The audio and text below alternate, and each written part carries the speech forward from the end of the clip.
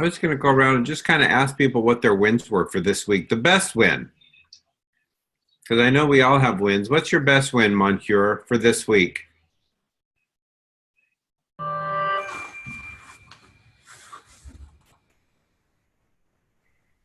Moncure? Who's that? I believe that's how I pronounce his name. Did you see him? He just waved at you. Oh, okay, see. Or Monk, if that's easier. Or Monk. I like Monk. Yeah. That's fun. What is your... Go ahead. Pat, I think it's Pat White. It was a member of Yes, I'm on the phone. Oh, yeah, you know what? You were the biggest win all week because you gave me those tip on exercises. Oh, good. I'm so glad it helped. I'm about to cancel the chiropractor appointment on Saturday. After 24 hours of messing around with the exercise. Okay. So that's a huge win because I've been in pain for four or 5 weeks. Wow. Oh, yeah, I understand. Oh, yeah, a lot of low back and hip pain are caused from the tight muscles. Yeah, no, I mean, it's amazing. Something that simple. Anyway. Wow, that's cool. I thank you. That's a big win. Believe me. That is a big win. So let's move over to Mr. Jim Parr. What's your big win for this week? Hey, I'd say it's my biggest win is hanging up a client I've had for 4 years that's taken a lot of my time and having the strength to be able to do that. And that was because of Forbes Factor. And I just knew it was a big client, but in Billionaire Business Mastery, I wasn't in that. But I heard on the live video about firing some of your clients. And I took action on that because I really needed to. And so I know from what I learned at Forbes Factor, what she did in changing me, I'm able to not have that fear anymore. Oh, that's awesome. That's awesome. I'm going to move right on over to Miss Jody. Oh, you're muted. There you go. My dog he's barking in the background. Can you hear me okay? Yes. Okay. Biggest win this week would be having a newspaper reach out to me and wanting to do an article on my book. That's a huge win. That's awesome.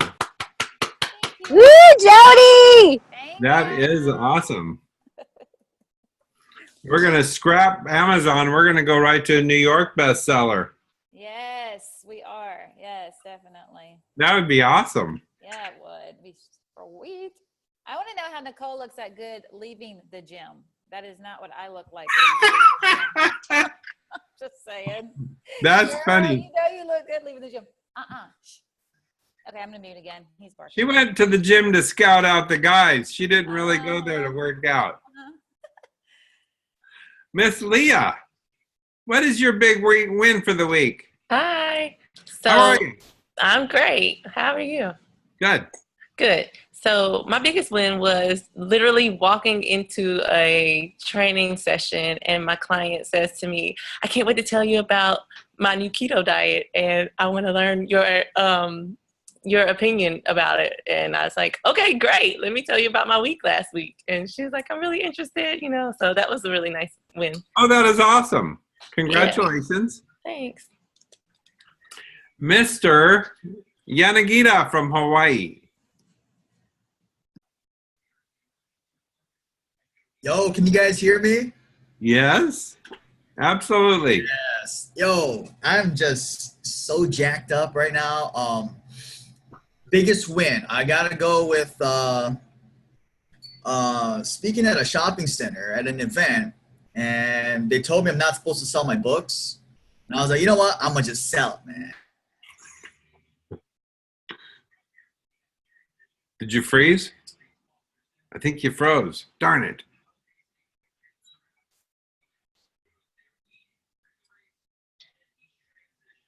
Did he freeze or is it just me?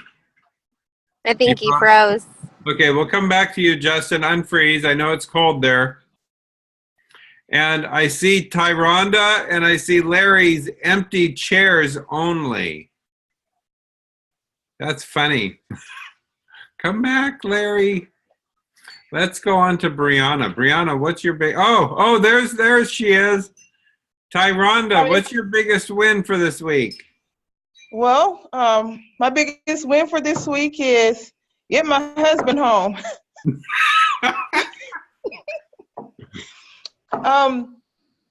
He had a procedure done today on his back, and he's well. And so I'm still kind of in the wifely duties right now, making sure he's fed and taken care of and situated before I get started. Oh my goodness, is he doing okay? Yes, he is. He is doing great. Well, Okay. he's still in pain, but, it's expected. Right. Yeah. Right. So if he's a good husband, then he'll get out of pain quickly. If he's not a good husband, you'll make that last a little longer. That's funny. Okay, go take care of your husband. All right. I'll be back. Okay. Brianna, what's your biggest win? Yes, my biggest win would be completing the keto reboot. I stuck to it and I did all the days and all the drinks and didn't cheat or anything. And I think I lost 4 pounds, which is great. And I've been able to maintain the diet so far and found a lot of different recipes to do. So Wow. That's huge. You know what? We all kind of did it together when we were there. okay. And it did not seem difficult to do it. And what an amazing feeling. You felt so much better afterwards. Yeah. Because I think that it not only did it rebooted your system. It got rid of all the crap that's, if you eat a lot of starch, a lot of carbs, it kind of helped get rid of all that so that when you were ready to start again, you didn't, I don't know how to explain it, but I felt a lot better. I felt more energetic. I felt just more clear. I think that's the best word for it. I felt more clear. Yeah. How cool to do it in a group. I would have loved that. I still had to make meals for my family and be like, they're not eating this. Oh, yeah, we did it. We all started it as a group. That's so cool. So, and everyone kind of felt the same way, from my understanding, is that no one suffered from, I'm hungry. Because everything that you did, you drank things and along the way, and it wasn't a total starvation. Yeah. So it was good. Yeah, it is. Oh, perfect. Thank you. Mm-hmm. Miss Pat, are you still there? I am. I for some reason I cannot get in on my computer, so I don't know, but here I am. Okay. What is your biggest win for this week? I wrote quite a few chapters in my book.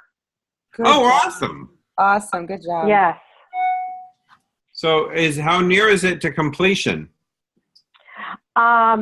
You know what? Not even near. I have 20 years worth of stuff to say. Oh my goodness. Okay. But you're closer, so that's awesome. Yes. Okay. Well, thank you. And I'm going to jump up to Justin. Justin, you keep moving around on my screen. I almost miss you. What is your big win for this week? And Mari, too, if she wants to share. I see her keep running in and out. She's dealing with the kids back there. I don't know. So Got it. So my minor win for the week would be supposedly my stuff from China actually made it through customs through all the BS that's been going on. But my real, for the first time since I've checked it in a long time, my blood pressure is below the low, or is in the low mark, and my pulse is back down to 62 rather than the 80s it's been for a couple years probably now. So yeah, that would be the big win, I'd say. That is awesome. Tucker, I see you just jumped on. Hi there. You want to share your big win, for your one big win for the week? One big win for the week. I just got really clear on my objective at the company I'm working on. I've had a hard time asking for help, and I just asked for a deadline to be pushed back. I was struggling in these last 2 weeks, not really being clear on the objective, and I just got clear on it. Wow, that is huge. That's great. Mm-hmm. Let's move over. Thank you. We're going to move on. Unmute you. There you go. What will you share with us what your one big win for this week is? I just came back from a class learning a new software. Say that again. I said I just came back from a class learning a new software. Oh, cool. What is now? How does the software help you? Well, I'm also a programmer, so the class I was learning is Tableau, which is a new reporting tool, and it's used for analysis. Oh, awesome. And have you completed the course? I got 3 weeks left. Okay. Good luck with that. Thank you. And now we're going to move on to Nicole. Hello. Can you hear me okay? Yes. Okay. My biggest win for the week was talking to 3 prospects, local businesses, and talking to them about their business objectives and how I can help them with their online presence. Awesome. Nicole, can you be more specific about, by the way, I love the funnel that you made. What did you tell them? What can you do for companies? I didn't start with a pitch. What I did was let them open up to me about their current Instagram and Facebook presence. And I'm going to be following up with a proposal where I can then tell them what I can do for them based upon what they shared with me, because I learned that brick and mortar businesses have very different needs than affiliate marketers. But I have experience as an affiliate marketer reaching thousands online. So looking for the numbers, narrowing them down by qualifying them through automatic DMs through Instagram that route them to a Facebook group. And then what that Facebook group does is ask them more qualifying questions to approve their entry into the group. And then I know that I can establish a relationship based upon their desires and how they found me. Okay, so specifically, let's say that we hire you. What do you do for us? What I would do for you is pull in thousands and thousands of followers within a month, qualify them based upon their interests, and bring them to a Facebook page where you can target them to different marketing tactics that you have. So Forbes Factor, Spin Gym, and I think that these should be segmented so that the messages aren't diluted, and that's how I would help you. All right, so actually we need to start doing this so that we can promote you to other people, because I have a lot of contacts. Let's experience this. Let's get you doing what you do for us. We'll work out an arrangement. Okay. I can sell things that I know, love, and trust personally.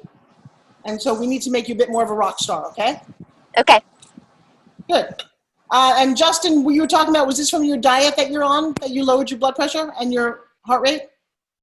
Actually, it's because I joined the gym maybe 5-6 months ago, and we go and do a spin class twice a week. And then I'll do some extra classes here and there, but most of it's spin class and, yoga now and then, but the spin's my favorite. So we go for, I think it's a 45-minute hour class, depends on the day. And pedal my ass off, and then going to the gym actually helps. That's an interesting concept. Yeah. Hey, Mari, Miss Brianna, you're kind of on fire. Tell me about, what was your big win this week? My big win was completing the keto reboot, the whole thing. How'd you do? Good. There was no cheating or anything, and I was still making meals for my family. And then since then, I've done a lot of different great recipes to stay clean and I've just really enjoyed it, and I don't feel hungry, but I feel satisfied, and I've kept off the 4 pounds. I know. Jody, how are you doing on yours? Really good. Same thing. Can you hear me okay? We can. Okay. Same thing. I've been really enjoying eating a whole different lifestyle. It's like weird. We're going out to a lot of places. My in-laws are in town, and there's a lot of fried food, temptations, and I'm not even worried with it. Like I'm just eating healthy and clean, and I'm enjoying it. It's really weird to be honest, because normally I just crave carbs normally, and I'm not craving carbs at all. Yeah, and it's funny because if you think about carbs slowing down your brain and fat boosting up your brain, you're like, wait a second, if I could actually be a little healthier and enjoy butter on my vegetables, you're like, this is kind of good. This is interesting. Yeah. And so Leah and Tyronda, as you're listening to this, the benefit of enrolling people into, whether it's Prove It, I'm literally I add the cream every morning, and I had a lemonade instead of soda. I got to tell you, it's just genius. It is a simple lifestyle change, but look at how fresh Jody looks, and look at Brianna. This is something you need to keep talking about. Yeah. And I'm very excited about this whole program, to be honest with you. Big win for Forbes Riley, just so you guys know what's going on. I am shooting a TV series. I'm heading off to Dallas, Texas on Sunday. Okay. I did the pilot 2.5 years ago, flew out to Utah, had no faith in it, got paid for the pilot, which was cool, and totally thought we were being strung along. And they called and said, hey, we're going to book you for 3 days, my rate, which is nice. And me and Kevin Harrington go listen to entrepreneurs. That's exciting. Then I go off to Malibu to shoot another TV pilot for a relationship show. So all the work that I've been doing, again, an old friend of mine that I met kind of surreptitiously, I guess got the buzz that this is what I've been doing. So we're going to go shoot with her. Then I'm going to Boise, Idaho, because I made an obligation to 10X that I would, for 100 Spin Gym purchase, fly somewhere in the country. I'm sorry. So I'm going to Boise, Idaho. But that's where ClickFunnels is. So I'm going to see if I can call Russell and maybe meet with him. And, of course, they turned this into speaking in front of a whole group of people, celebrating Josh's birthday. Then I'm going to a dude ranch for 8 days because I have these 2 children that I'm really missing like crazy. And then going back to LA for another speaking gig to get people for September, because actually this group is called Kiss the Monkeys. Don't know really what that means. We're about to, explode this whole Forbes Factor thing. So those are a couple of wins. I had another win. Joe Ortiz, the guy who did not make it to Forbes Factor because his girlfriend is very pregnant and a little sick, really wants to do a 1 to 200 person kind of entry-level Forbes Factor, if you would. He's very good at filling the room. And if you do an entry level, can I take the basic premise of Forbes Factor, dull it down a little bit so that it becomes a feeder into our closer small events. So he would like to do that for September. So I am up for going, you know what, he wants to do it in San Diego, which is his home. He knows there's people down there. He's pretty convinced, market, there is no training like what we just went through. It just isn't. And now that we've all done it again, and I'm getting better at it, I'm watching the remarkable transformation of people. I'm more inclined to go, you know what, we need to put people in a room. Mm-hmm. And so I would invite all you guys, probably to, my crew, to come down and just be trainers, just become in the room, because I think if we can explode an event of 100 to 200 people and get them at least thinking differently, having, small breakthroughs, having breakout groups within that, we could do some pretty awesome things. Mm-hmm. So, Tucker, where do you live? Where are you? Mr. Tucker, where are you? Dallas. You are not in Dallas. Seriously? Yeah. I did not know that. All right. Well, yes, you can get there from the airport. I'm heading there on Sunday night, actually, which is like 3 days from now. And my goal while I'm there is I'm apparently getting pitched a whole bunch of network marketing. I don't know what the deal is in Dallas, Texas. But I'm going to meet with the Prove It guys, the World Venture guys. They're all in Dallas. And then we're going to shoot, and you're welcome to come by the set. So, yes, I will. Did not know that. A lot more friends in Dallas than I realized. Jim, how are you doing?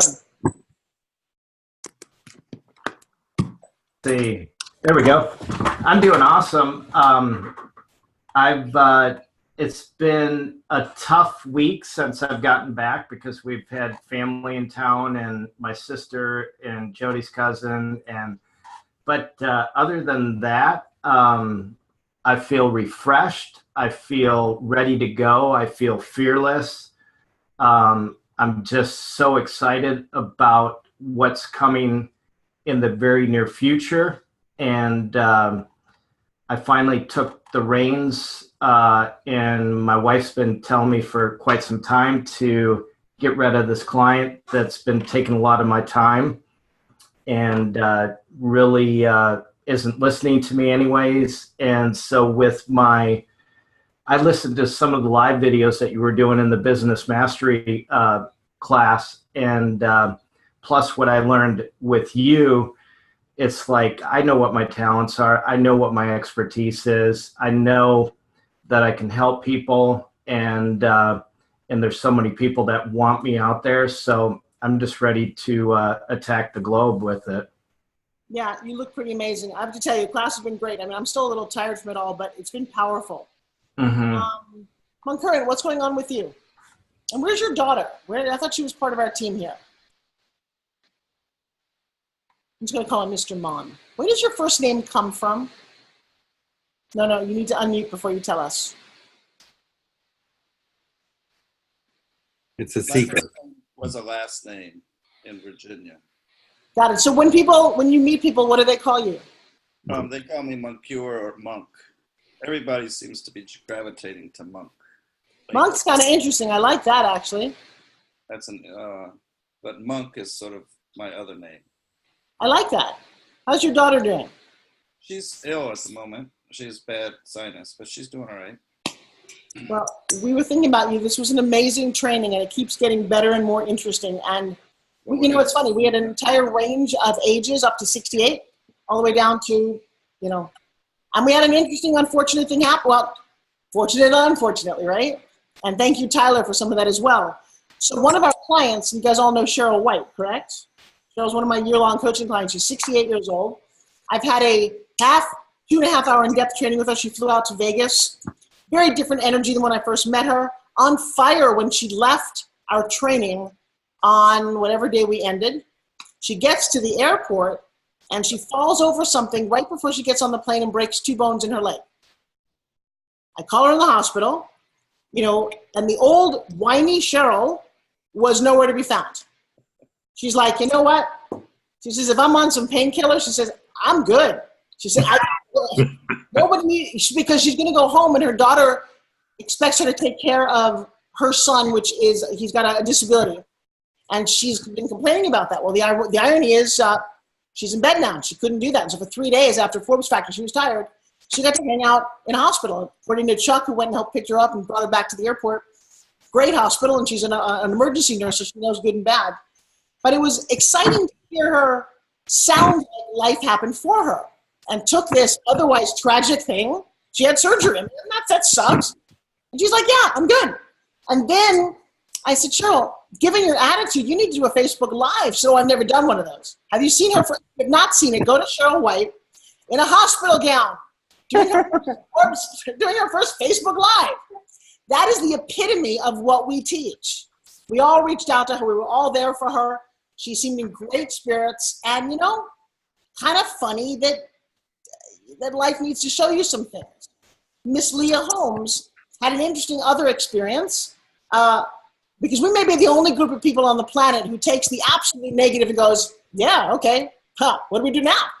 So Leah, apparently you can tell your story, but she was held up at gunpoint prior to her coming down there. And I know, Mari, right? So Leah, share your experience of what happened, but the universe telling you to slow down. Okay. Can everyone hear me? Yeah. Mm-hmm. Perfect. Okay. Yeah. So instantly I thought to myself, this happened for me, although it was really unfortunate in the moment because I was terrified. I was on my way home on a Monday afternoon from training a client, and it was 1 o'clock. And I was on the phone with my mother, and she could hear everything in the background. And 2 people came from behind with bandanas, colorful bandanas and hoodies on, and stuck 2 guns in my back and told me just to continue to walk forward. And it was right outside of my house. And my mom was on the phone, and she had just told me that she was at lunch about to go to the bank. And she told me instantly she felt something in her spirit that it was wrong. And I just turned around and I asked them not to hurt me. I said they can have all of my things. So they took my car keys and my phone and everything out of my car, stole my car. And I went and knocked on 12 doors in my apartment complex, and the very last door opened, and it was a guy who worked from home, and he's a poet, and he let me in. He had 2 phones. He had a work phone and his cell phone, and he called the sheriff's department, and I called my mom, and we switched over, and he told my mom what happened, and I was able to talk to the dispatcher and tell them everything that was going on. I just sat on the floor, and I was, totally in tears, but then I just prayed, and I said, this was the reason, because at the time I felt something so strong in my spirit that I was so exhausted and mentally drained and frustrated, but I didn't know how to stop, because I, like many of us, we think about, I have to pay this bill. So I would get up and go and teach a class at 5 a.m, 30 minutes from my house, and, teach 5 or 6 or 7 classes in a day and get home at 11 o'clock at night and just do. But it was really something that set me back and said, you know what, you need to sit down. You'll be taken care of. You're fine. And I persevered, and here we are. So I'm grateful. And so did you get your car back? I did. I got it back 2 weeks later. But a whole village rallied around me, and my friend let me borrow a car. And I slowed down with work, though. I literally sat down and said, let me reevaluate what's going on. Be grateful that I'm able to sit here and tell this story. So, Brianna, don't quite look so horrified. I mean, I have stories. We had Courtney who was shot twice in the back, raped, and left for dead in her kitchen. And she is, continuing on. Jody shared a very powerful personal story. I have a woman who was, just also shot and left for dead. So, Leah, you're safe. And I got to tell you, I know that's crazy, but if God could wear a bandana and said, slow down, let's just take it as that. Because otherwise, what's the point? I remember I got mugged. It took me 4 years to get over it. I gave a couple of punks on the street who basically just stole my pocketbook, some cash in my pocket, and some jewelry I had. I gave them a lot of power. Although I used that to study martial arts, and I used that as fuel. But I didn't need to get that, that angry. If you're not hurt, literally, if you're not hurt, okay, they didn't throw you in an alley, beat you up, rape you, all the things that are hard to get over physically. Mm-hmm. And if somebody needs something more than you do, that's my philosophy. When somebody steals something from you, you just go, you needed it more than I do. It's a thing. Let it go. And it's your lesson on how you let it go. Mm-hmm. And actually, Jim says, you look great. You can tell a big difference. Yes, you can. You can tell a big, I mean, it's fascinating how she's growing and going. So we talked about taking a strategy for taking Prove It into her class. So my idea was, and you guys can share this, she teaches classes with 10, 15, 20 people in the class, gets paid X amount of dollars per class, not a lot. How do you up that? Well, what if you started the class and you took little Dixie cups and you made half lemonades and half chocolate drinks? You said, hey, to your class, you know what? I have a very health-oriented, no-sugar energy drink that is going to boost your brain power and help you burn fat during class. Would you like it? Great. You get fruit or chocolate. Great. Taste one. Let's go. Let's do class. At the end of the class, you simply say, if you like that and want more, here's information on how to buy more of it. That's great. And some other products you might like. If you really are interested in how you can make money like I do, you don't pitch them there. You say, look, just get on a phone, give me your number, your email, and I'll invite you to a call. And you can meet some people who are doing very well with this and just learn more about it. And that's the entire pitch. Well, if you just took a class and you do feel better, you're like, I want more of that. And it's a great strategy. So, Leah, have you tried this strategy? Well, I talked to them. Well, I got my packet today. So that was in the mail. And so I'm excited about that. So I told them to look forward to something really fun on Friday. So I met them on Monday. And as soon as I walked in, they were like, what happened to you? You look so great. And so I did a little thing too. I wore all black, and all black is nice and slimming. And so I had a method. Girlfriend, you lost 5 pounds. Don't kid yourself. Yeah. Yeah. Right. And so they were so interested throughout class, and I said, well, we had a 15-minute window before the class started. And I said, well, everyone come in and, let's talk. And I can talk about, what all I did last week and how great I felt. And, I talked about the idea behind feeling really good, maybe, or doing a test before our workout, taking our Dixie cup and drinking before our workout. And I asked them how many of you guys would like to feel more energy before you start to work out, and we get through the class, and then you guys can give me some feedback on how you feel after the workout. And so they were really excited about that. And I said, well, we went ahead. They said, well, how can I, talk to you about it more in general? And I talked to them about, wanting to put together plans for keto or just in general. I talked to them about, I made it really personal. I said, you guys, I've been working with you guys for some years now. And though many of you have seen results, I would like to take it a step further by incorporating what you do outside of the gym, because that's important to me. I said, I'm not just an instructor. I don't want to just come in and do a class and leave. let's make this a full-on thing that we do so we can communicate together and learn about each other's progresses and stuff. And so they were really excited. So that's how I started getting emails, and like 15 people were like, hey, okay, let me contact you. And so they all literally sit there. I just told everybody pull out their phone, and I called out my phone number and I said, send me your name, send me your email. And that's how it worked. So, you know, it's so funny. So many people go, well, how do I get leads? You know what, Leah, the pitch that you just did, and my guys in my class, you need to understand the pitch class really works, is that what did you do? Enroll, engage, and excite. You engage in them, you go, you know what, you're not seeing as much results as you want, I'm going to take it to the next level. They already admire you and love you. All you did was offer them what they already want. They want to look better. And here's the craziest thing. So I sat down with Tyronda and Larry. And by the way, how is Larry doing? He had surgery? I don't recognize Tyronda without him next to her. Larry, he's doing well. The surgery went well.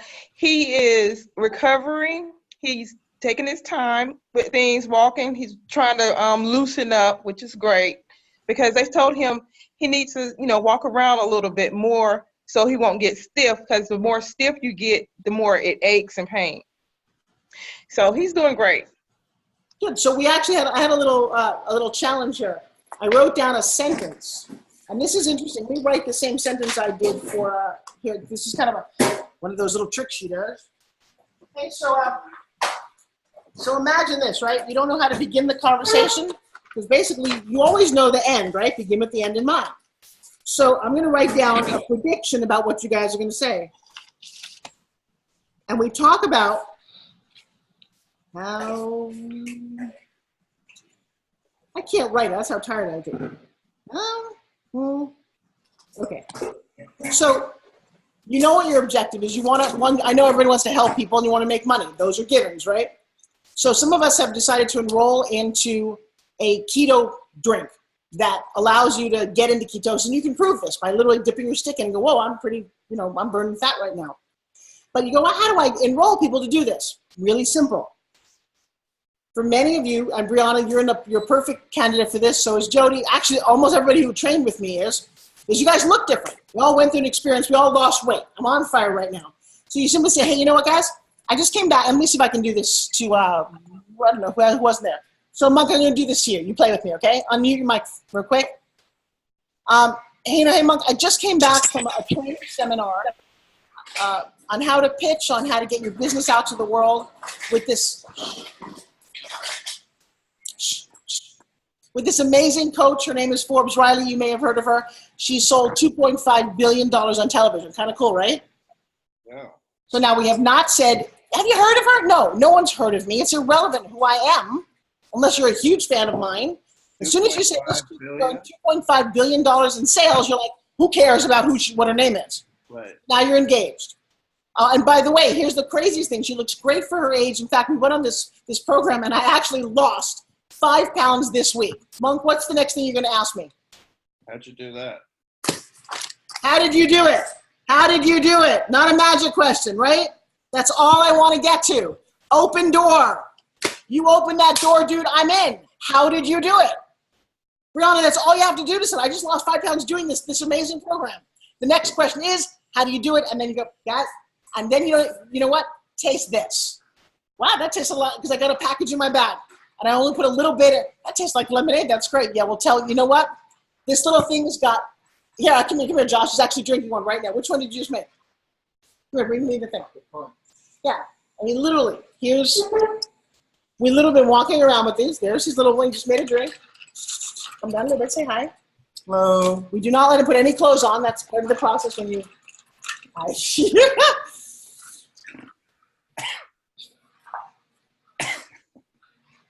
How did you do it? I'll tell you what, taste this. It's kind of like, want to see something cool? Give me your thumbs. The less words you say, the less you sound like you're trying to sell somebody, but you want them to look great, and you say, taste this, and it tastes great.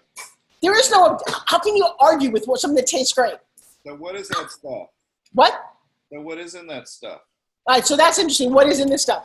So it is a therapeutic formula. You know what the whole ketone diet is, Monk? Is that like Atkins? It is like Atkins. There's a theory about the way your body burns fuel. Your body either burns sugar or carbs. And if you're burning, say it again? Right, carbs turn into fat. So if you're, it's also, I had this whole thing about food combining too. But basically, if you're burning, if you're using sugar as your fuel, you're storing fat in your body. And that is where a lot of diabetics are overweight, because they have the whole insulin thing that's off and they're always trying to balance their sugars. You're better off not having sugar. Well, that sucks, doesn't it? No. The thing that you want to raise up, because if you go back to caveman days, we didn't have bread. Cavemen were actually gluten-free. Think about it. Yeah, they weren't making bread. This is just around the time of fire. You had a couple of choices in this. We should eat like animals do. There's no lion or gazelle that says, I feel like Chinese tonight. How about some seconds? No, they eat what's there and they eat the same thing every day. Only humans have this smorgasbord of bullshit, right? I can eat processed this and canned that. The Industrial Revolution messed with us, and you can see it in everybody's body. Obesity is not a joke. It's an evolution of what's happened to us. And so if you're eating protein, that's great, but you should not eat a lot of protein. That's again, you go to an Outback and you get this big a steak. You don't need that big a steak. What your body needs and what your brain needs is your brain uses fat as fuel. Fats, good fats are coconut, olive oil, avocado oil, avocados, grass-fed butter, just real, as natural and amazing as you can get. Once you start adding that back to your diet, on your vegetables, on your protein, you go, I feel satiated. So Atkins was great for a long time. Now, do you have to only do this? No, because we do live in a society where you might want to eat something that's not on this diet. Here's the crazy thing, though. Your body is either fat burning or fat storing. The problem is, if you go on a ketone type diet, the second you put sugar in your mouth, you stop burning. And for 24 hours, you become a fat storing machine again. Well, that sucks. That means one little glass of wine, one bite of bread, one just messes up the whole diet. And it took you a week to get there. Well, these guys have an ability, and it's hard to explain what's in this that does that. All I know is you can prove it. The way you know if you're in ketosis is you pee on a stick. If it's white, you're not burning sugars. You're not burning fat. If it's dark purple, you're burning fat. And so I don't know how they did this. The first company to do it, and it tastes really good. One is I'm addicted to this one. Hang on a second. I use that word lightly, but I like things that I don't have to change my whole diet to. This guy, oh shit, okay, don't open the open end, is one I add to my coffee. There's a Swiss one and a cream one. I am addicted to the cream one. I'm gonna put cream in my coffee anyway, but now I don't have to add any dairy to my diet. What happens is you do this on an empty stomach, 20 minutes later, you're burning fat all day long. Really? Definitely change your diet, modify it as best you can, but all of a sudden, everything has changed. So Leah says, talk to Klein about keto, and she mentioned Atkins. She did it for about a year and lost weight, but she was concerned about how eating low carb would affect your kidneys. Here's the thing, don't do no carb. Low carb means vegetables. Here's the thing, if you're eating salad and cucumber and cauliflower and all the vegetables you eat with butter on them, they taste great. One of the things that we're doing is we're learning how to make amazing recipes. So last night I got a whole bunch of mushrooms, sauteed them up, grilled some asparagus, cut it up, stick them in there, and then I had zucchini noodles. Put the zucchini noodles in this whole thing. 4 minutes later, it was like, oh my God, this was the best non-pasta thing I ever ate. So how would that affect your kidneys? It's not. The problem is if you're only eating protein and you go nuts, you will totally destroy your kidneys. Do not do that. High protein is not the right way to go, and that's not what this diet talks about. So cutting out bread, by the way, and cutting out pasta and cookies and shit like that and sugar is the answer to really good health. Your skin looks better, your body looks better, you have insane energy. And so this whole company, then there's a great little thing to go to sleep with. I love this little product. This either comes in caramel apple or chocolate. Would you like a little chocolate, a little hot chocolate before you go to bed? Yeah. So I'm just loving the taste. I'm loving the concept of this. And I don't need you to be a distributor, but you should try some of these products because I swear they are amazing. This is the one that Josh and I have been just like living on. You want a lemonade? You're going to do lemonade anyway. Why not do a keto, little bit of caffeine charged product with, I don't know all the things in here, but it's got a little bit of caffeine in it. For me, I like that. So I'm not drinking any kind of soda. Dairy-free, gluten-free. This is good. It seems to be incredibly healthy. We're all enjoying it. And, you know, it's also got a whole lot of nutrients in here as well. I'm good. I'm totally good. So that's what we're all about. Because, you know what? I want to be fit and whatever. Any other questions? It's good for your skin. It is. Jody, you look really beautiful. What have you noticed about your skin? Josh's skin it's beautiful. He's been on the diet for like 4 weeks. Yeah, it's crazy because it's almost like it's hydrating your skin. So you don't look so tired and you don't look like a lot of times, you know, we work a lot. So we show that on our faces. And I've been drinking this and I'm like, I haven't changed any of my skin, anything. Only thing I've changed is drinking this stuff. And I was like, okay, it looks like it's actually got something in it that's helping the skin. Like, so I feel like I don't know if you call it non-aging or what you would call it, but it's like a glow from it. It really is. It's amazing. Part of it is the way it's interacting with your liver and getting your liver to dump the things it doesn't need. Like, that's when you're in ketosis, that's what's happening, is your liver is actually dumping out sugars and fat. And it's beautiful. And I will tell you what ruins so many of us, aside from the whole bread craze, is this whole low fat thing. All of a sudden, because fat sounds like a word like fat, advertisers started doing that. Well, when they did that, they upped the sugar content. They called sugar 18 different names to Sunday. They started putting in corn syrup and bullshit. I mean, I'm not kidding about the bullshit they put in our food. So one, get back to natural as best you can. If you have to go pay more and find grass-fed beef or order it from somebody out in the middle of the country who has cows that are as natural as possible, you should be doing this anyway. You should be looking at the kind of fish that you eat and being very careful because it's your body, right? Is whole grains okay? You know, it's an interesting thing about that. Everything is okay. This is the crazy thing. Jody, it depends on your goal. If you want to lose weight and get to a number, be as strict as you can. When you've gotten to that number and now you're living your life, absolutely. But now all of a sudden you're much more aware of what a whole grain feels like. And so now you're not going to try and use as much processed bread. There's sprouted. I'm looking at recipes that use different kind of protein powders. I made protein pancakes. That is a protein powder that is derived from pea protein and an egg, and it tastes just like a full-on carb thing. I don't add any sugar to it. There's other things like xylitol and stevia. I don't love stevia, but you know what? I feel like I'm eating a pancake. I'm looking at recipes that help you make what looks like cookies. But the flour thing is where we've been so messed up. You cannot use traditional flour. And anybody who bakes, I'm sorry, but it's just not, and it's a lifestyle. If you're going to go eat a cauliflower crust pizza, yeah. So it's just about healthy.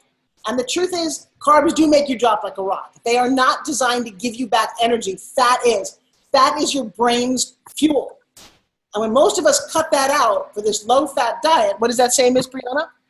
This is the chocolate cookie dough balls that I made out of almond flour and coconut oil and coconut flour. And they were so good. Look at that. I mean, I just made this tonight and they're gone.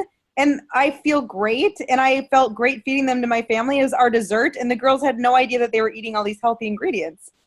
Well, isn't that so funny? Because nobody should care whether it's healthy. It's not as healthy. It's healthful. There's a big difference between something that's nutritious for your body, feeding your body, your heart, your liver, your brain, all those, or is it something that just robs your body of empty calories and nutrition? And not, the whole bread thing. I'm going to tune in tomorrow and see how Orlando is doing. If you were on our line last week, crazy thing. I went to Panera today. My girlfriend was standing next to me, and I ordered a bean soup. The best thing is the only Panera I could figure out. And the woman said, "Do you want bread?" And I'm like, "No." And my girlfriend said, "What's the problem?" I'm like, "I'm having a reaction to bread, like it's a shark and it's going to hurt me and bite me." And she's like, "You all right?" I'm like, "I'm fine. I just can't have any bread." And it's not like I had to think about it. I just know. She's like, "Are you okay?" I'm like, "Yeah. No hypnosis. I'm good. No bread. Don't want any because I know it'll kill me and I won't have the love of grandma." Okay, on a whole other note. And what's exciting too? So we've created a little community that's supporting each other. So Brianna, you've got a great recipe. You just keep coming up with them. I can't wait to hear Leah's success with 15 new clients and how she easily enrolled them because it's their health. And when people start to see a change in their body, it continues. I'm not on a diet. My hairdresser, that's all we talked about today. She did this without me. She's on the whole, she's like, I'm just ketoing everything. I'm like, I know. You feel better, you look better. And how did you do it? Get someone to that point, let them taste a drink, make something for them and say, hey, you know what? If you could have something that tasted great, wouldn't you? Yes, my baby. Mr. Monk? If you could, my question is, having been on the Atkins diet in the past and lost a lot of weight and then gained it right back again and then really couldn't get rid of it. If you could start crafting the differences, there are a lot of us who used to do Atkins. Well, but let me ask you a question. Okay. So when you put it back on, what change did you make? What were you craving that you had to go off this diet? There was definitely you had carb cravings. I guess it was mostly carbs. Were you eating a lot of vegetables? Yeah, I still do. You know. What kind of carbs are your downfall? Probably flour based. Like what specifically? Bread. You weren't on the call with Orlando last week, were you? No, I missed it. Well, because I did a whole hypnosis thing on bread. Okay. Because bread is basically flour and water, and when your daughter went to school, that's what she made paste out of. Yeah. That's exactly what it is. And if you've ever imagined your colon being jam-packed of paste, and you're like, wait, why am I shoving that in there? And for Orlando, he did it because his grandma used to make it from, that's how he associated. He lost his grandmother not long ago, and he found himself doing that. It's a comfort food. And if we go back and figure out what your connection to bread is, you'll realize probably mom had some sort of soothing, some cookies, some bread, some when you came home from school or when you were kind of down. Am I correct? No, but that's all right. No, it's okay. I'm going to be wrong. But where do you think the association came from? I don't know. Please don't say I don't know. You haven't been in my class. I have to hit you in the head. Bam, bam, bam. You do know. Come on, let's figure it out. I just like it.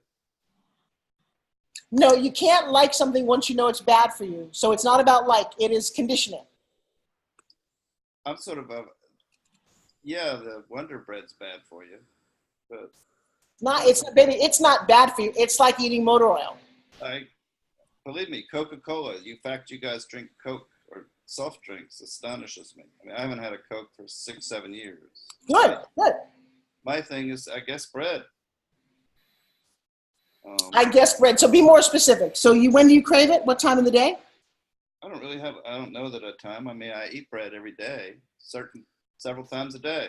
With what? Well, I just had a sandwich before this. What was it? What else was in that sandwich? It was a very nutritious sandwich. Okay, more specific here. That's like saying I make a lot of money. I don't know what that means. The peanut butter and jelly sandwich because it was quick before I get on this call. Okay, and what kind of bread was it on? It was on a really good Toscana Italian Aldi bread. Very good. Well, this is two sides of this conversation. I lost weight doing this. I stopped doing it. I put the bread and I can't lose it. You have an association. You melded the two. If I could convince you how bad the bread was, and I don't care how Tuscany it is or what kind of seed it is, I get it. It's a wonder. You know what? Yeah. Also jelly under peanut butter. Also peanut butter, actually. Almond butter is much better, or cashew butter is much better. Peanuts peanuts are actually a legume. Right. And so comfort food, what makes us feel good, it's an odd thing. It's what are you trying to soothe in you? I'll take a teaspoon of peanut or almond butter and enjoy it all by itself. How did I get to that? Because I look at it and I'm like, I could add jelly to this. That would take down the nutritious value. And I can put it on something. So maybe there's this whole grain. It's about thinking. So if I don't argue with people who say that they love bread, then you have to enjoy bread. But if you're going to tell me that you want to get back to this waistline or this number of weight, something has to change. You can't spend your money endlessly and have a savings account. Pick one. You want to enjoy what money can buy you, or do you want to see the money in the bank? So my question to you is, what's your goal physically? What do you want? Uh-oh. How'd we get to this conversation? What do I want? I would like to lose some weight, yes. Okay, so stop. Here's how you can't ever get that. I would like to lose some weight. I want to lose some weight. I don't know what some is. It'd be nice. Well,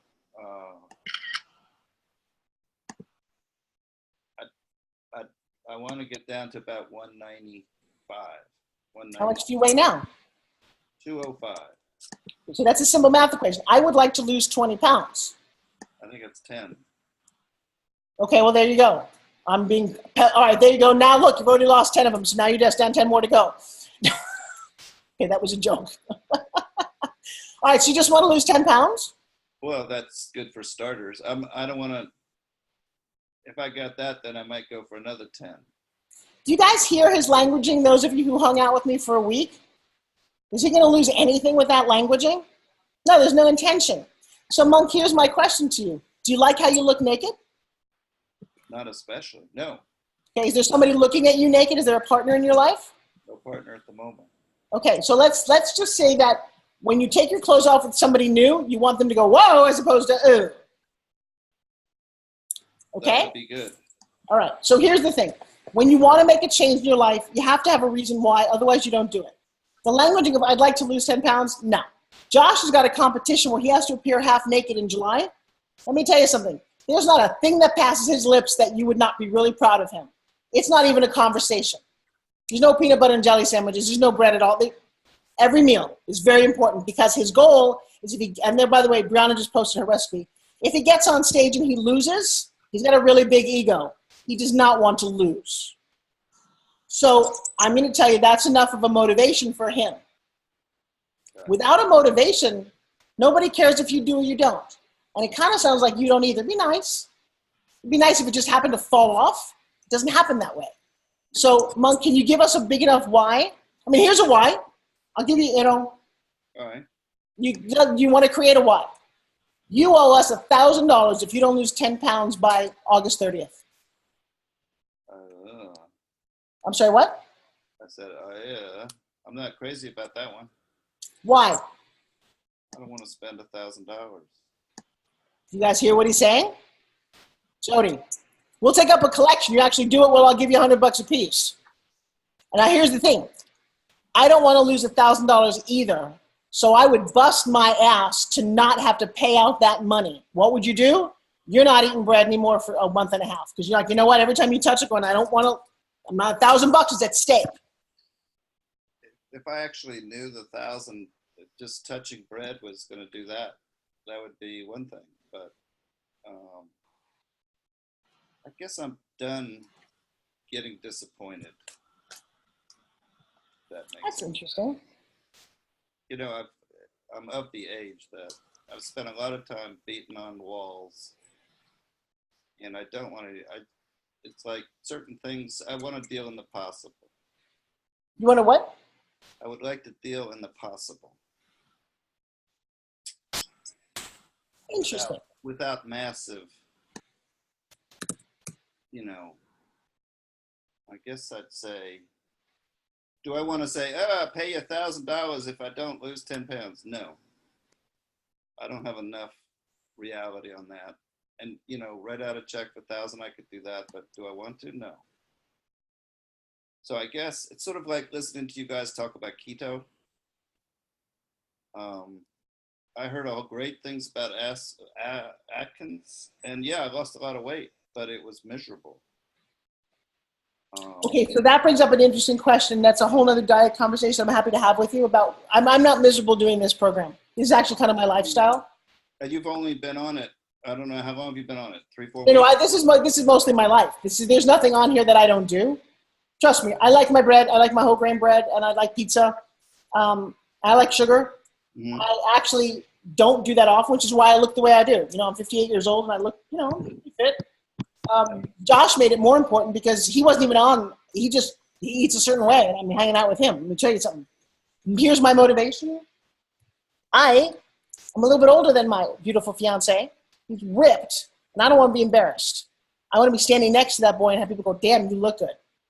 So that's my motivation, and I'll tell you, Monk, it changes everything. Mm-hmm. I am very happy on this program. I'm happy adding this to it because I think I'm, having a wonderful time doing that. I don't crave soda. That's probably my big downfall. But I have a motivation. And it doesn't matter what program you're on. But it was interesting how you weren't up for the challenge of the $1,000 because it says to me that you going on a program. And by the way, there was a caveat that said if you do everything on the program and you actually stuck to it and still didn't lose it, we wouldn't take your money. But I'm going to tell you, you need a reason to do it. Mm-hmm. Jim, can I ask you to chime in about what you're hearing in Monk's languaging? That's interesting because right when he made that first comment, which first? Tired of being disappointed. Yeah. Resonated, and it was kind of like, well, my first thought is he should have been there last week because I was waiting for you to ask, what's your first memory? I'm getting close to that. And, but it's really there's something that's telling you that you're not worth it or that you're not there. And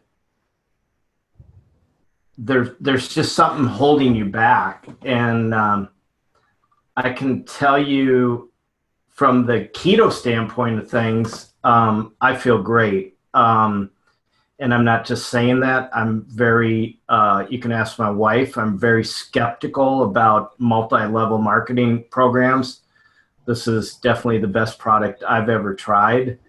And I've lost 6 pounds and I'm just continuing to go. But from the mindset that you're in right now, it feels like the mindset that I was kind of stuck in. If I didn't have my wife, I definitely would be further down than I am right now. And I just feel that there's something blocking you because you're a good-looking guy. Obviously, you're probably successful, but there's something holding you back from that going further than what you really have gone. And what that is, I'm not sure, but I know Forbes will be able to figure that out because she always does. I don't know that either. So, all right, so let me ask you a quick question since we're playing the game right now. What is your first memory in life?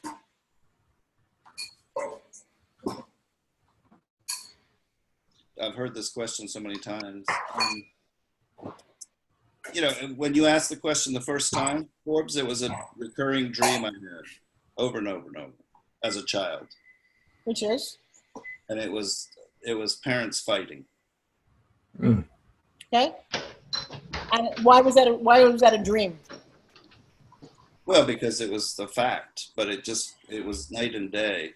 I just remember having the same dream for over a year. And what were they fighting about? I don't know. It was just the action of the fight. Did they get divorced? They did. How old were you when that happened? When my father left, I was 8.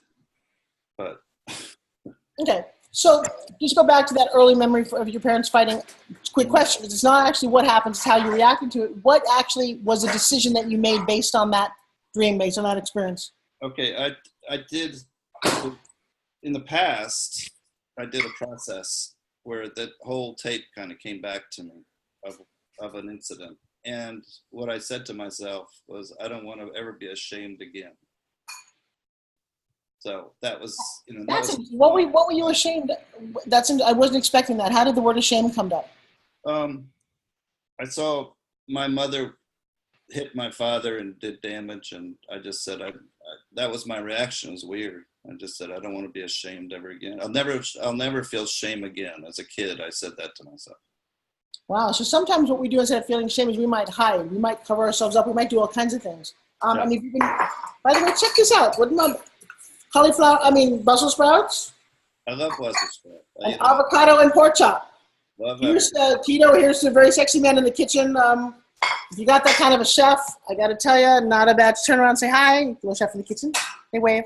Don't let him put any clothes on because it reminds me you need to look good naked. Poster child over here. Whew, hard to keep up to. But I got to tell you, I love my Brussels sprouts. Don't feel like I'm on a diet at all. No, I eat all that. I bet you do. But here's my question to you. Yeah. I could have probably told you that your first memory wasn't a happy one, or your decision about it wasn't happy. So have you been married? How long? I was married for 20 years. And what happened?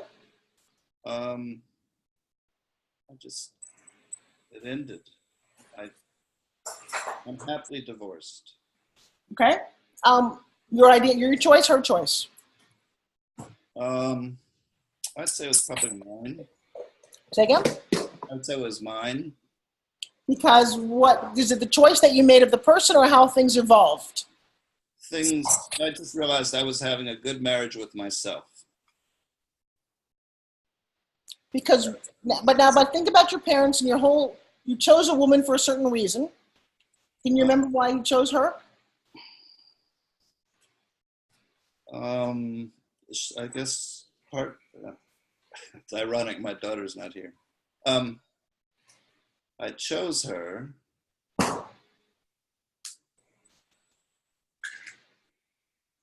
I'm not sure. Part of it was she was available, and part of it was, I thought I was in love. I was, whatever. I think I was in love. So, how old are you now? 65. It's interesting. It seems to be this second time around is actually a whole lot more fun. We get a little smarter. We learn from our mistakes if we're smart. Jim, how many times have you been married? 3 times. All right. I waited till I was 40. Okay. First time. No matter how long you waited, you still. I'm sorry. I'm really hungry. That's okay. You need to talk more so I can chew. What's the price of being your mom? Peanut butter and jelly doesn't do that. See? Just take it to your mouth. What are you talking about? All right. Have a glass of water, please. Let me ask you a question, my friend. Monk, when's the time that when do you get to be happy? Do I get to be what? When do you get to be happy? When do I get to be happy? I'm happy when I'm in a boat sailing around, which is once a week at least. Okay. There's 6 other days in the week. So when do you? I'm happy when I'm working in buildings and I'm building things and I'm creating stuff, making things happen. No, you're okay. When do you get to be happy? When I'm working when I have good work to do, meaningful work makes me happy. You hear that, Jim? That sounds kind of interesting. Sounds like Thursday night when I met you, doesn't it? That's what you wanted to. I want to work more. I want to really enjoy my work.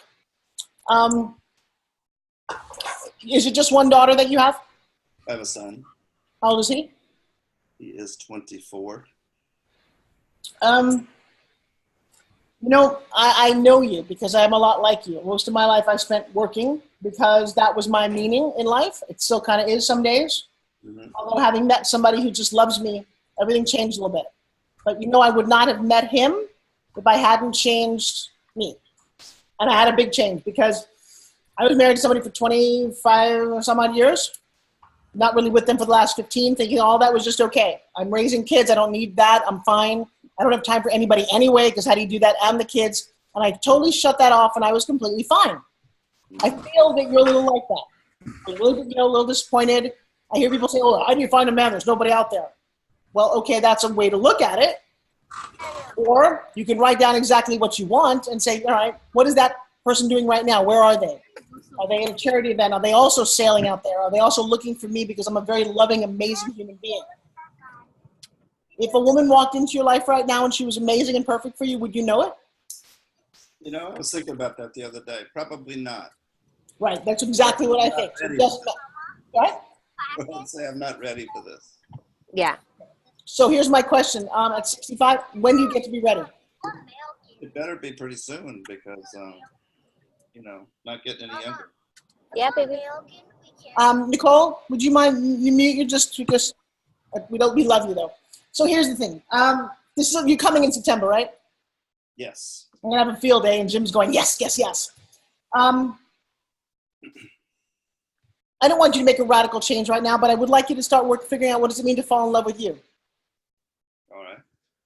And you know, it's a funny thing because I think as humans, I could be wrong, I'm quite the loner. I travel to Europe all by myself. I can do almost anything by myself. Right. I'm having a much better time now with somebody who just loves me, who randomly wrote while I was at the hairdresser, and I've known for a year. He just popped me this note. And I will tell you, I created what I wanted because I finally wanted someone to do this. I'm tired of somebody putting me down and making me feel less than. And he wrote, and I quote, for no reason at all, I love you so much, my most beautiful woman in the world. Totally unrelated to 5:30 today. You know what, Monk, I wrote down what I wanted. I wanted someone to do that to me because I realized that being a doormat was not a great idea. Having somebody squash my ideas and tell me that I was less than, not a great idea. Someone arguing with me all the time, even though he's the father of my kids. And I had to sit around and go, all right, what do I want? I mean, I can get really, hang on a second. I can get really graphic, and here's what I got, because you get what you tolerate. You just write that on a piece of paper. I got someone who used to roll over in the morning routinely and say, what, did a bear shit in your mouth? Nice. And I took that because it made me feel self-conscious. I thought, whoa, you know. And then I would get angry and was I supposed to brush my teeth before I woke up? What part of waking up? I don't know. What do I do here? He actually, as a chef, has a very sensitive nose, and everything about me bothered him. I don't know about you, but women smell like something. Men smell like something. I don't know what it is. You know, the problem is when I ate a lot of Atkins, my breath smelled like, you know, metal. And he resented all of the things that are me and made me feel less than, and I believed him. When you have somebody say that every time, you're like, okay. And I said in the list of things I wanted, that maybe I get involved with somebody who has a broken nose and can't smell. I can't smell. So I don't care if you fart next to me. I really can't tell, which is a really good thing. Because if you're really sensitive, my daughter has his nose, and she'll walk up to me going, oh, Mom. I'm like, what? She's like, did you have tea today? I'm like, how would you know that? Oh, it's on your breath. Okay, that's great. You know what? You and your dad go sit over there because I'm tired of you guys making me feel bad. Well, Josh apparently has no sense of smell. If he does, he doesn't care. He loves me so much. He's like, I don't care if you just totally go and work out. I still want you. That was on my list of things that I needed. That's specific. Oh, yeah. No, let me tell you something. We're talking seriously specific, because guess what? I keep doing this analogy, and it's so right on. And for those of you who met Juliana, you have to, I'm sorry. I'm going to play this little piece of videotape where Juliana read what she wrote us at her final day a couple of days ago in Business Mastery. When I met Juliana, anybody in the room when I met her, just Chuck, we're talking a closed-off, brittle, hard woman whose goal, she's in a company of 1,200 people, mostly independent contractors. She was number 5. Her goal was she just want to beat the men. And she was like this, man. She had a weird relationship with her mother who passed away, and she was just like defensive, and I'm like, oh my God. It was this energy coming at me for the first couple of days. I'm going, look, Dave, I can use this if I have to. She got up there, and during her pitch presentation, she had a notebook. All right, so here's the thing. If you're doing insurance, it's this, and it's this. And I'm like, could you lose the notebook? No. Okay. She did our group exercises and came back at least from that going, it was like the first time she'd had fun in a long time. Just going out and playing with other people, because she's a girl who knocks on doors and does cold calling, okay? That kind of melted away. She became a year-long coaching client. She came to my office. We did 5.5 hours together. Exhausted her to no end. Part of that was actually how she was going to talk to her bosses, how she had to stop whining and sounding like a girl because she had no idea. She's like, well, I don't understand. All the boys get 55%. I only get 40%. And when I ask for a raise, I'm like, listen, you sound like a whiny little, how about you change the conversation and go, look, I know if I want a 5% raise, it comes out of your salary, but if I'm happier and I do more, you make more, and then stop talking. Well, she shifted that. Then we worked on her mom and how she passed away and all the things she hadn't thought about. Okay, really good. Next month, because you get a call every month. She's in a hotel room and she's miserable. I don't think I want to do this Anymore, blah, blah, blah. Did you get more money? I got more money. I'm still not happy. Okay, what do you want? You know, I'd like somebody in my life. I said, okay. And we actually wrote a list. And I'm not kidding. You can ask Julianne. I'll get her on the call tomorrow night if you have to. She wrote out a list. And I drilled her and drilled her and drilled her. Why?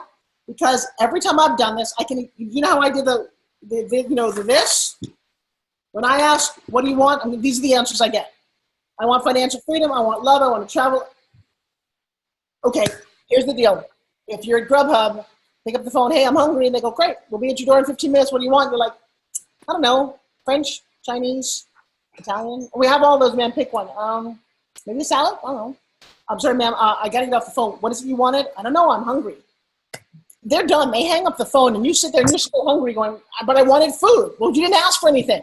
Or, hey, Grubhub, you know, I'm hungry. Oh, that's great, ma'am. What can we get you? Caesar salad, no croutons, grilled chicken, dressing on the side, no anchovies. You know what shows up to your door? Grilled chicken, Caesar salad, dressing on the side, know exactly what you ordered. So why would you think life might be any less? So if you're not happy with you, you project whatever, my work is more important, no one's coming to your door. Let me share something about coming to your door. If anyone says to me, I don't know where to go. Where are all the good men? I don't like to go to bars. Bullshit. Josh knocked on my hotel door. Why? Because I'm passionate about spin gym, and I'll tell you what else I did. But he came to my door as a fitness model to shoot in my hotel room in Las Vegas. So I don't know where you go. Go in your head, write on a piece of paper. I wanted X, Y, and Z. I wanted somebody who, when I said this, because in the morning my hair looks like crap. I don't look especially great in the morning. I just don't, and I'm not going to wake up early to make myself look prettier. So I said I wanted somebody who's either blind or just respects that people don't wake up with great smelling breath, weirdo hair, and says, I love you anyway. And I wrote that on a piece of paper. Then I was at a girlfriend of mine's house because I'm trying to see how well this works. And her husband was beautiful. And she said, I said, how did you do that? She said, I asked for somebody who looked like they walked off a cover of a romance novel. I said, can I borrow that? And I wrote that on a piece of paper. Now I got to tell you, I'm 58, right? And odds are, in fact, when he walked in, I didn't even think about it. He was the one who pursued me, but because there's no way. I'm like, he's looking at it, right? So I shifted my thought process that said, you know what, stop laughing at marriage. What would it look like for somebody so wonderful to walk into your life that you were willing to walk down the aisle with him and commit again for a second time? And man, I had a huge heart-to-heart with myself going, wow. After I got past the laughing of wearing a wedding dress again and going, that'll never happen, I thought, but what if it did? What would he look like? Who would he have to be in my life? And does he look like he walked off the cover of a romance novel? I don't know about you, but who's ever seen in that room? I think I ordered him from Grubhub. He showed up at my door. I got to tell you, I mean, it's laughable, right? He showed up at my door. And here's the funny thing. I didn't recognize him when he first came in because it scared me because I thought, oh, this is no. And he pursued me, and I thought, you know. And then when I asked him, when he rode on his motorcycle all the way from Vegas to come out and meet me for our first date, 4 hours he rode a motorcycle, I said, what are you doing here? And he said, you know, it's funny. He said, something pushed me and told me that you need me. Something put, now, if you ask him, I'm an atheist, but somehow God told me you needed me. I'm like, okay, I tried, whatever, okay. So my thought to you, given that I've done this more than once, and by the way, Julianne is insanely in love. She's changing her whole life for this guy. I asked her what is wrong with him. She said nothing. She wrote this note to him. She actually left class early to go be with him because she found what was on the piece of paper. And you're like, well, if that's all the things I was looking for and he's it, I'm good. And it's the craziest thing. So I just challenge you. Just challenge you between now and next week to create a list. This absolute no holds barred, no settling. And I don't care if you want a Victoria's Secret model. What makes you happy? By the way, Victoria's Secret model would not make me happy because they're too high maintenance. Right. Right, and then that's a funny thing. You go, wait a second, I want a person of this age. I mean, I want somebody who made me feel young, okay? Who inspired me, who ate better than I do. Well, this is kind of interesting. And then the bonus was when he walked into my TV studio and he knows how to shoot and he's got a camera. And I'm like, oh my God, Captain America likes to do video. Yeah, all right, because he gets to travel with me. And then Southwest Airlines was very generous to me. I said, you know what? If you fly enough, we give you a free companion pass. So this beautiful man gets on a plane anytime I want, anywhere in the world on Southwest for $5.60. Now, he can't have a job to do that because I travel all the time. He gets to come with me wherever I want. Now, so my kids will say, but Mom, why couldn't you find somebody like super rich? I said, because I didn't want that. I have a feeling that somebody super rich doesn't want to follow me around and do because I'm still doing what I do, right? Right. So I knew that, and I'm okay. I'm really liking this. I like everything about the choice, everything. Very specific. So I'm going to challenge you to see how specific you can private email me this or not. It doesn't have to be the whole group, but I would love to review and do what I did with Juliana, because I'm going to tell you, your list is probably 80% accurate. Because 20% of it doesn't believe you deserve it. And that's where Jim is right, because we've been listening to a lot of this all last week. And it's not a criticism, it's just life. It is absolutely, every once in a while, I don't feel like I deserve it either. Even all the work that I do. You deserve to be happy. You deserve to be looked up to. You deserve to be number one in somebody else's life. And I'll tell you why, Monk, you're an amazing man. I saw how generous you are with your daughter. There's a woman out there who deserves you. Okay. Yeah. Yeah. There's a woman out there that deserves you. And I will tell you, that's the crazy thing about Josh as well. He needs me. He needs somebody who believed in him, who didn't put him down like his ex-girlfriend, who respects him. I mean, all the things that I wanted, I now also get to give.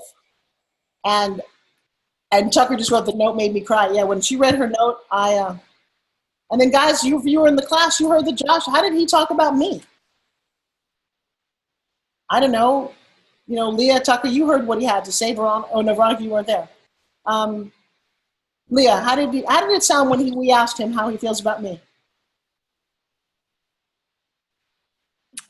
It was, number one, it was very genuine and sincere, and that you all compliment each other, and it was really just that I know he loves you and is in support of all that you believe in, for sure, you know.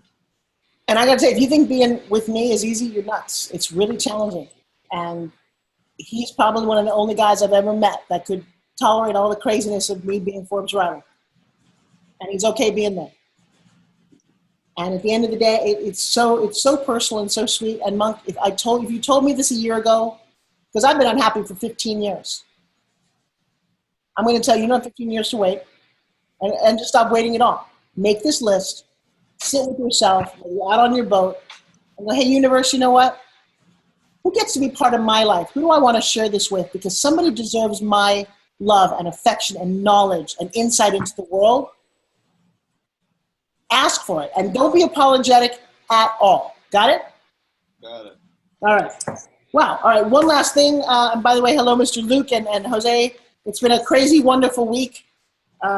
Just on fire. Just so blessed. I love now that I can talk to people who've been Forbes. I have no apology. I can talk to Jim and Jody and Leah and Tyron. You guys are on the same page, right, Tucker? You know when I'm going for what I'm going for now. You now know why, and you can hear it in other people's voices what the hesitation is. And the more you're around me doing this, you're like, oh my gosh, it's not the circumstances, it's all the baggage they bring to whatever relationship, whatever conversation. And when you let that go, it's miraculous. I was watching, not this class, but a couple of my other classes, I was watching me. Man, I'm hard on people. I'll tell you, I have videotaped me going around Lifeboat and how I push people, how I hear things. And I think Josh said that too. He's like, you hear everything. I'm like, yeah, that's part of this. I hear the bullshit in your voice.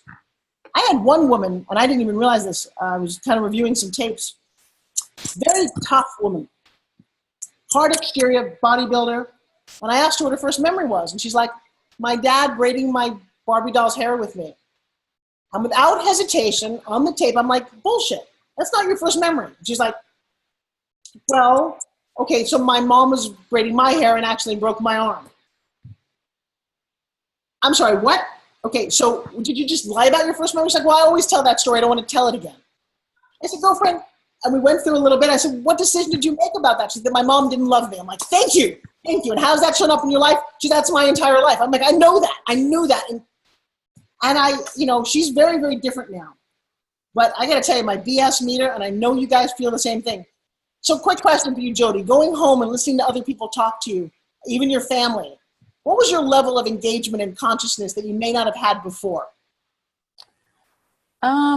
Well, certain family members I haven't talked to because they're very negative, and I wasn't going to allow that to come into my mind. I love them, but I cannot allow that negativity and that disbelief. And, I don't have time for that. I've been working and, I'm happy. I'm very, very happy. And so I don't, I talk to them, but I don't engage with them because I know that they're going to pull me down and they're going to say, that's not, well, when I was little, my mom would always say, if you're really happy, you're going to cry before the day's over with. So that was my mindset for a really long time until I realized it is all about your mindset. And that was meeting you and different things that I did. So now I actually will stop a thought and redirect it. And then that's what I was going to say about the Atkins and the keto was I did Atkins and I ended up in the emergency room because I ended up doing just protein and I didn't do any vegetables and I was super skinny. And when I started doing the keto, the reboot, and it was like, you can't have solid food. Well, my mind's telling me you're going to pass out, you're going to get sick, you're not going to make it. And I was like, oh, no, because I always stop before I finish a project, and I'm going to finish this project. And it was going through the airport carrying luggage, and my mindset was like, you're going to pass out. And I'm like, no, I'm not. So it's so much to do with our mindset and what we tell ourselves, whether we can or can't do something. But I knew the end result was going to be me losing weight, and I did in 4 days. The difference between Atkins and this keto is the fact that I didn't crave. Like on Atkins, I was like, I have one piece of bread. On this keto, you're getting that sugar from your shakes. And so it's not a matter of craving like you did on Atkins. On Atkins, you're not allowing yourself anything sweet at all. And so therefore you are, you're craving something. I just need something sweet. Well, I do a chocolate shake and that takes that craving right away. And not only that, I'm burning so much fat while I'm doing it because I'll check the stick and it'll be like dark purple. And I will be like, wow, I starved myself for a month for that. So it's all about your mindset. I mean, when your mind's saying you need that bread, then you have to turn your mindset around and say, no, I don't. If I step on the scale, I'm going to be upset if I eat that bread. So I think, we're 20 years past Atkins, so whatever technology went into designing this or a couple of other things that we're taking, if I want something sweet, right, I go get a lemonade. Yeah. And I'm pretty happy with this because there's no other, I don't feel like I'm missing anything. And that's exciting. I came home and I started making some fresh almond milk and I had a little bit of, protein, whatever, powder and a little cream in my shake. And I'm like, tastes like a chocolate milkshake to me. I'm good. It does. It's good. Yeah, it's really good. I think that's the difference. We're just not suffering. And I do think you're right. We do suffer on Atkins a lot, but it was also 20 years ago. I got it. Yeah. So here's the thing. You know what? We're on your side. If it works, we're not pushing the product. We're just all kind of commiserating about how, or that's not even the right word, just sharing how much we love it. So Leah, I ask you a question. You came home on fire. When we talk about when you change the way you look at something, that something changes. So now you're talking to the same class of people that were there, but it sounds like you engaged in a completely different way. Am I correct? Yes. And what was the result? Everyone gravitated towards me differently. They were excited. I mean, I always walk into my classes, with a smile, but they could tell that something was different, and they said it, in a really positive and supporting way. So I was grateful for that, but they could just sense. And that's all you have to do. When you share your ideas, you share how wonderful you feel.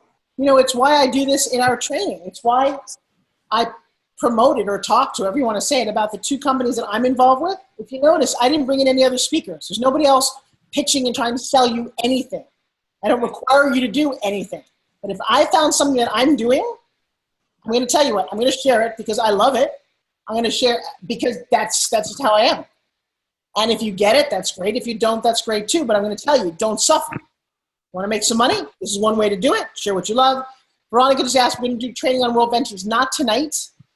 When you change the way you look, yes, when you change the way you look at something, that thing changes. You change your mindset, you change your conversation, you change your level of engagement, you change your own judgment, you let go of expectations. People show up differently. It's weird. You're like, well, what changed? The way you are, the way you look at things, the way you engage, the way you speak, the way your body. Let me tell you something. You show up 5 pounds lighter, everyone says, whoa, how'd you do it? Well, that's great. The problem before is if you're not selling anything, you get a nice compliment. How nice to enroll them and share what you're doing. That is why network marketing works as a concept. It doesn't work when you don't love the thing you're doing and you're just trying to make money, then it feels scammy. Hey, I got a great product. You can make $10,000 a month doing it. Don't do that. Find something that you love. There's lots of products out there. And then talk about it if you want to. But don't talk to people just because you want to enroll them. That's phony. That's not cool. Like Leah said, she looked at the class and said, guys, if I could make you look a little better, feel stronger, and burn fat, would you be interested? Yes, let me show you how. Great. Beyond that, stop talking to them. Let their own natural curiosity go into that. All right, so last thing, I had a chance to be the host of a panel this week. I hadn't really thought about this one ever. You know, I love the environment. We all do. Most of us have no idea what to do about it. I have one simple solution that I'm going to ask you guys to do. So the movie was called Straws. Opens up with a cartoon going, you know, what is the evolution of straws? And it showed a T-Rex going, he needed a straw because he couldn't use his hands were so little. That was very funny. And it talked about the whole history of straws, but really straws, kind of plastic straws, came into existence in the 50s because we started to eat in our car with a lid on it. We couldn't get the milkshake out of there without a straw. Well, what happened was straws became very prominent. You see them in every place, right? They're made out of plastic. Well, plastic is petroleum. Plastic comes from fossil fuel. Plastic has to be manufactured, made, and here's the really sucky part. They are single-use items. You use it and you throw it away. Worst part about a plastic straw, it's not going anywhere, ever. It doesn't biodegrade at all. And this whole movement was kind of started with they found a sea turtle with a little straw up its nose, like a little cocktail straw. It does all go to the ocean. And so they just asked in this whole campaign, what if you just stopped using plastic straws? Why would you care, right? But it's interesting if there's 1 billion of us on the planet or 300 million here or X amount are using straws, that's how much garbage every single day is going outside. Forget the water bottles and the plastic bags, just a straw.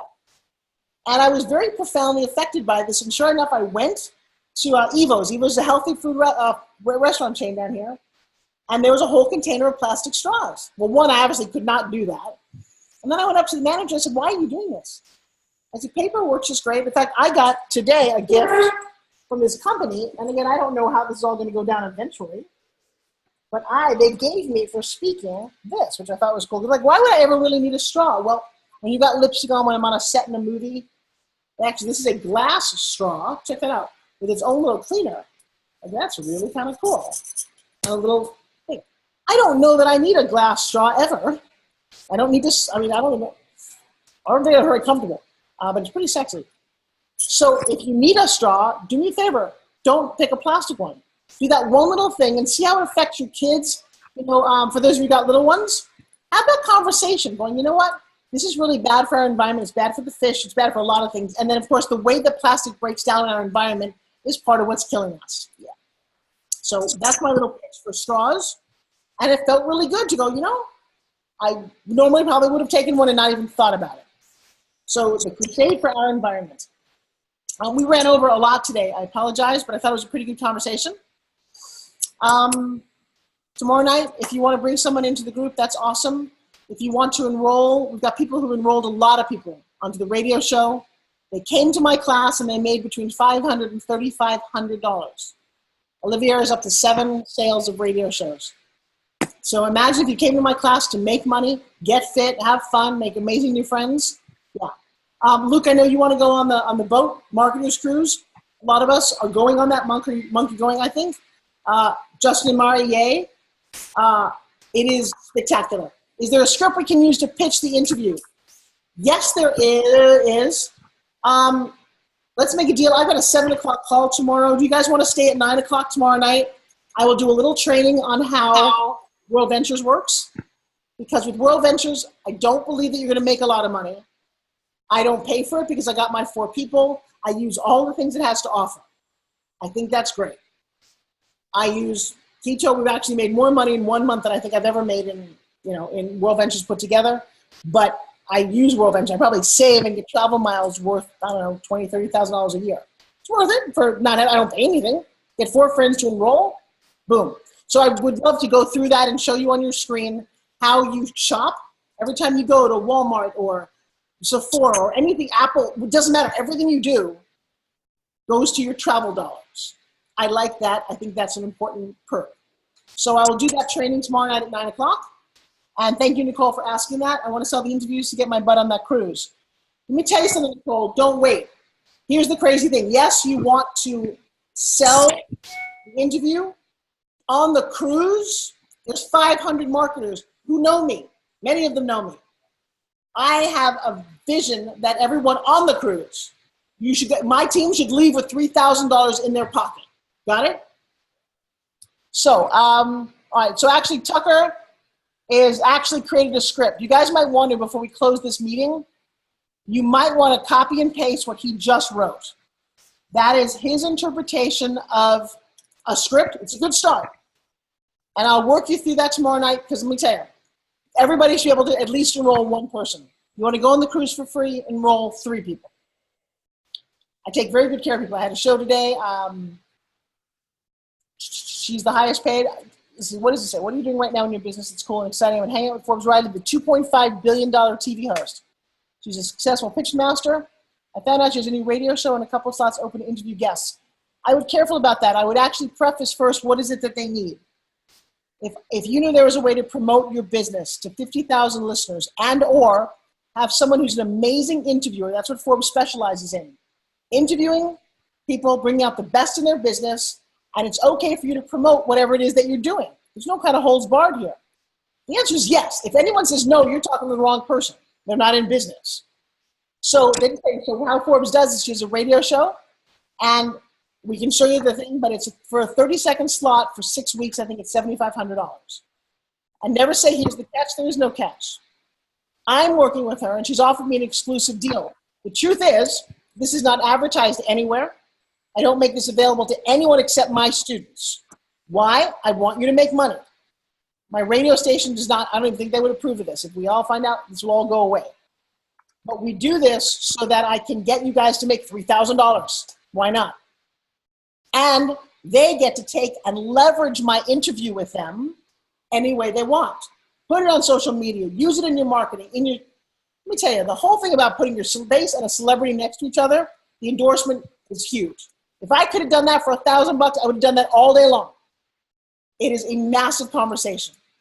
So I'm negative in my account and hustling but not generating revenue. Nicole, you need to call me. We have to have this conversation. You can't be this smart and negative. It doesn't work. So let's get rid of that. I don't know what that is, and then are you connected to Luke? There you go. Jim Parr is going to hire you. So Nicole, here's my thought. Book the cruise sooner than later. The networking on that cruise alone, given how gorgeous you are, given that we're all going to have spin gyms, you can bring out an entire suitcase of 50 extra spin gyms. We're all going to be spin gymming. We're all going to have a presence there. We're going to be having fun. We're dancing. I watched you, girl. Don't stop selling yourself short. You're one of the most beautiful women I've ever seen. Right? I would leverage that you've got crazy, sexy arms while you're engaged in that conversation. And by the way, we'll do some coaching on board. Why not? I want my team to know how to engage everybody there. They should all be recruited into what we're doing. Why not, right? And everywhere you go, there's one of us. Oh yeah, we're on this crusade. We're talking about Forbes factors. For Jody's book, she needs a social boost. What do we need? Oh, Brianna's just hearing about the cruise. All right, you and Chuck and I need to get on a quick phone call. Jim's offering to hire you. You've been in touch with Luke. Luke's awesome. I'm sorry we haven't heard from you tonight. For Jody's book, she needs a social boost. Jim, what is it that she needs? I was just saying with Nicole, she's got a lot of talent, and I want to bring her on to help my wife increase her social presence with her Instagram. So, and of course, I've got tons of clients that need a service like that. Right. So if you could just lay it out and give a outline of exactly what you do, I can bring you a lot of clients. And actually, it's, you know what, Jim, is very funny about that? Nicole's biggest issue is Nicole. Is that I think she enjoys this. Monkey, need to hear this. My beautiful girl over there, I know you can do it. I know, I love you. Trust me. Is that she enjoys the struggle. She is used to the struggle. Oh, God, then you then fight for it harder than that. Trust me. Yeah, you're right, Forbes. I am used to it. It's been my life. Right. It has been your life.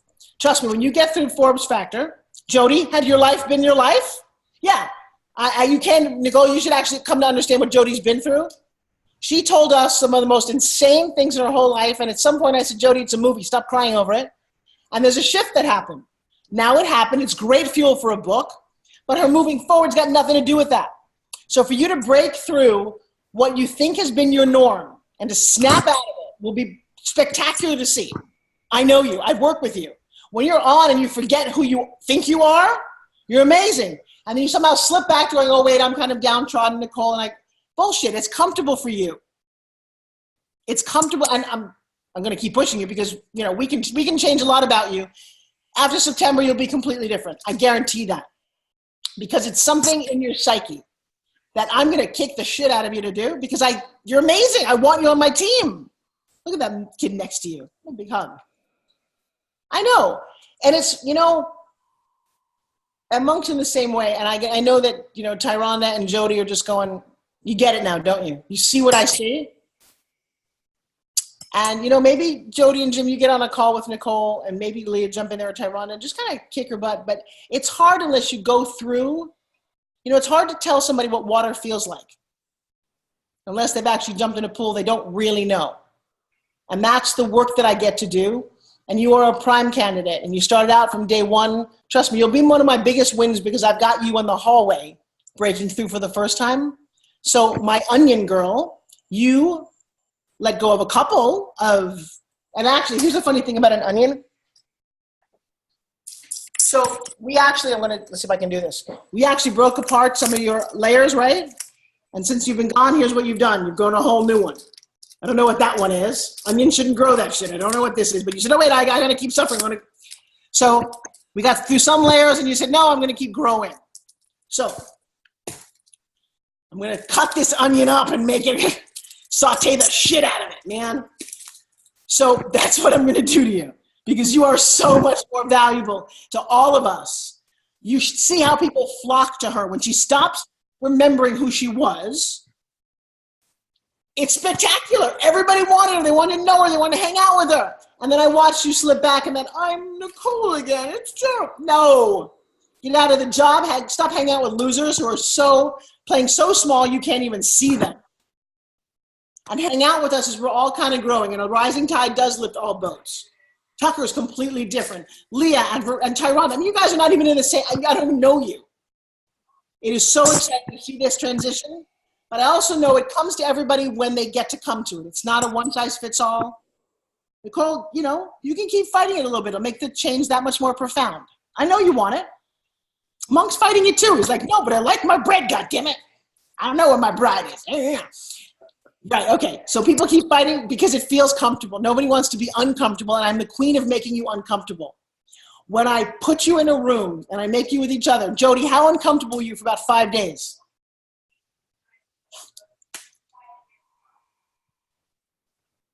And Jim, don't let, stop hanging out with my loser pot smoking friends. Yes. Now, Jim, here's my last thing. Unmute yourself for a second. So just when Jim thought he had it all together, unmute, come on. I know where you're going with this. I know you do. The popsicle stick. Absolute love of his life. And I'm looking for a gold one that's engraved. I gave her that the other day. Now you're going to keep doing that for the rest of your life. Ever again in my life the same way. And you know what's so great about this? I know no one knows what we're talking about, but I knew when that happened that was probably the best thing that you could have done, because the lesson that you're learning now about how to keep re-upping this and re-upping it is what will keep that relationship fresh for the rest of your life. Otherwise you'll go, honey, hello, where's my stick? Mm-hmm. And it's great because it pointed out what a big heart you have, but you can't save everyone. So now you let go of one of your clients. Your wife looks beautiful. You're on fire. And you're looking for a gold engraved one because it didn't work out the way you wanted it to. Mm-hmm. And you felt bad, and I'm so glad that you did. You'll never forget that. And trust me, she knew that you loved her, and she knew why you did it, but I'm glad that you went through it. And Monk, what resonated, and you can't explain this, like just talking about this exercise, you can't explain the emotions behind it unless you go through it because it's that intense. That's why we don't talk about it. Why we save it for the end of you know. I know. Right.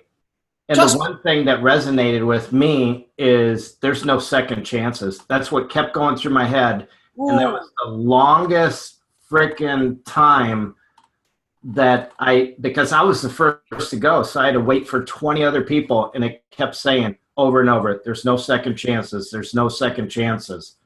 That you just got to go for it. And that was one of the best aha moments, even though I left my wife in the water on the boat that was sinking. Let me tell you something. Don't say anything else, but I will tell you. When something comes out of a tragedy or a decision that you made that you screwed up, you never forget that. But it isn't the tragedy or the thing that happened, it's how you recover. It's what you learn from it. And I'll tell you, I owe you guys a lot because that was an amazing moment. All right, on that note, Brianna is asking Jody a question. You know, if you guys want to stay connected, I got to jump off. And I will see you guys tomorrow night at 8 o'clock. Mwah, I love you. Oh, you know, I know we should spin, but I'm so late. I love you guys. Good night. Thank you. Dollar Savages, guys. Go get it. Bye. Bye. Thanks, guys. Bye, Tucker. Yeah. Bye, everyone. All right.